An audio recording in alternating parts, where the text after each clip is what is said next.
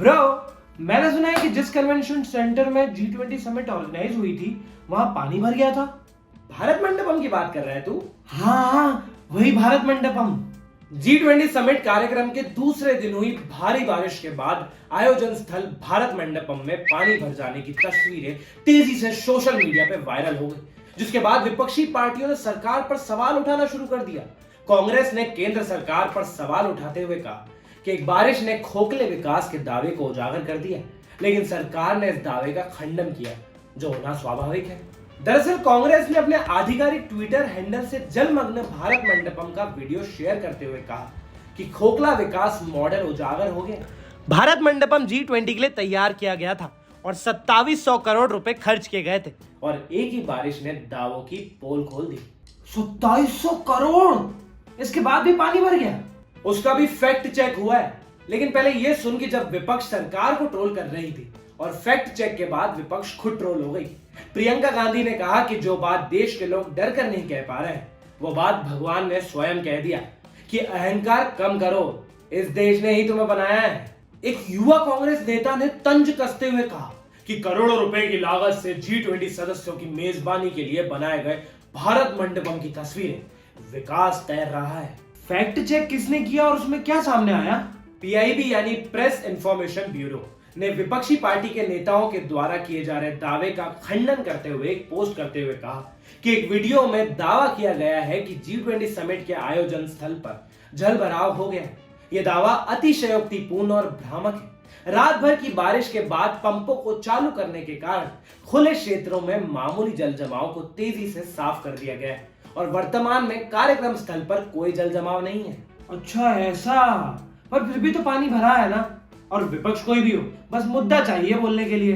और क्या, इतने दिनों से G20 की खबरें चल रही थी हर जगह और विपक्ष के बारे में कोई कुछ बोल ही नहीं रहा था। अब वो बात अलग है कि विपक्ष खुद भी कुछ नहीं बोलता, ऐसे में जो भी मौका उन्हें मिला वो शुरू हो गए।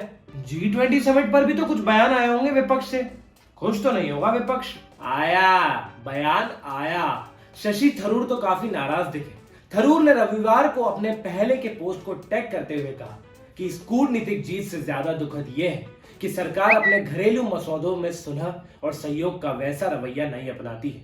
उन्होंने कहा कि G20 के किसी भी कार्यक्रम, स्वागत समारोह, रात्रि भोज आदि में विपक्ष के नेता और किसी भी विपक्षी सांसद को आमंत्रित करने में विफलता मेरी बात को रेखांकित करती है।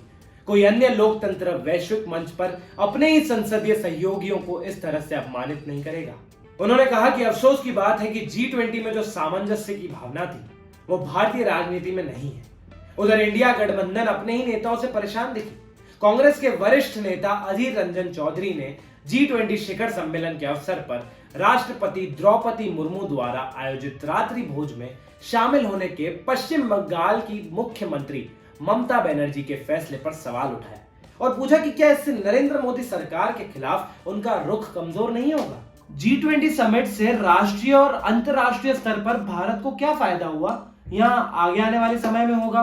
G20 सिर्फ एक समिट नहीं थी, बल्कि यह भारत के पास एक मौका था दुनिया के सामने अपनी ताकत, काबिलियत और विश्व गुरु बनने के सारी बातें बताने और दिखाने की। जिस तरह से भारत ने G20 समिट की थीम वासुदेव कुटुंबकम रखी थी, भारत ने दुनिया को यह दिखाया कि हम सब एक हैं और हमें आपस में मेल जोल के साथ रहना होगा। इसके अलावा एशिया में अपना वर्चस्व कायम रखने में भारत सफल रहा। भारत उन गरीब देशों का नेता बनकर सामने आया है जो कल को दुनिया की इकोनॉमी पर अच्छा असर डालेंगे। इसके अलावा 3 मेन स्तर है जिन पर भारत को इस G20 समिट से फायदा मिलेगा। पहली, वैश्विक स्तर पर, जहां भारत को इस विभाजित दुनिया में अग्रणी भूमिका निभाना है, जिसकी लंबे समय तक छाप छोड़ना भी एक मूलभूत उद्देश्य है। भारत को विश्व गुरु बनना है और साथ ही विकासशील देशों के सरकारों को आगे बढ़ाना और उनके मुद्दों को प्राथमिकता से रखना भी भारत की जिम्मेदारी है। दूसरा, क्षेत्रीय स्तर। वैश्विक स्तर पर दक्षिण एशिया की अगुवाई भारत कर रहा है। इस वजह से दक्षिण एशिया के बाकी देशों के हितों को, जो G20 का हिस्सा नहीं है, आगे बढ़ाने की जिम्मेदारी भी भारत की ही है। तीसरी, घरेलू। आज पूरी दुनिया में भारत के नाम का डंका बज रहा है और सिर्फ भारत को ही नहीं बल्कि पूरी दुनिया को भी भारत की जरूरत है। ऐसे में दुनिया भर में भारत की बढ़ती हैसियत के घरेलू माहौल में पुष्टि करना भी एक बड़ी जिम्मेदारी है। वो बात अलग है कि आज जो विपक्ष में है उन्हें शायद भारत देश के लिए ये बात अच्छी लगती होगी, लेकिन जिस राजनीतिक दल का और जिस प्रधानमंत्री का नाम हो रहा है शायद वो पसंद नहीं आ रहा होगा। और ये वाइस वर्सा है पॉलिटिक्स में। तो अब समझ में आया ना सर?